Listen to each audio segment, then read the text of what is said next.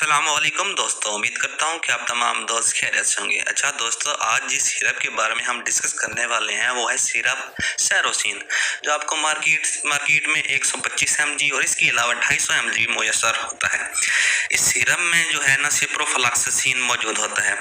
Video start करने से पहले अगर आप हमारे चैनल पर नए हैं तो हमारे चैनल को सब्सक्राइब, बेल आइकॉन को प्रेस और वीडियो को लाइक लाजमी कर दें। शुक्रिया। अच्छा दोस्तों, आप आते हैं इस सिरप के बेनिफिट्स की तरफ। दोस्तों, ये सिरप जो है ना सैरोसिन, जिसमें सिप्रोफ्लॉक्सासिन मौजूद होता है, ये एंटीबायोटिक सिरप है जो हर किस्म के बैक्टीरियल इन्फेक्शन को दूर करने के लिए इस्तेमाल होता है।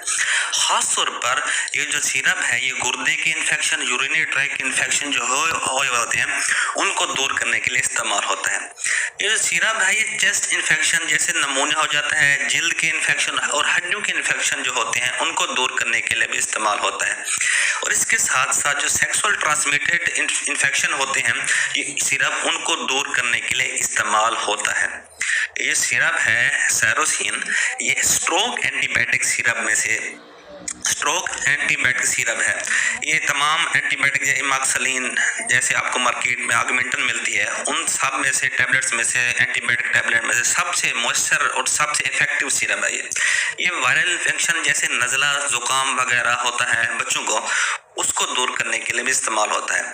इसके अलावा ये सिरप जो है ना मोशन को रोकने के लिए भी इस्तेमाल होता है, क्योंकि एंटीबायोटिक सिरप है और बैक्टीरियल इन्फेक्शन की वजह से हमें मोशन लगते हैं, तो ये इन मोशन को दूर करने के लिए भी इस्तेमाल होता है। अब आते हैं बच्चों में इसके इस्तेमाल के तरीके की तरफ।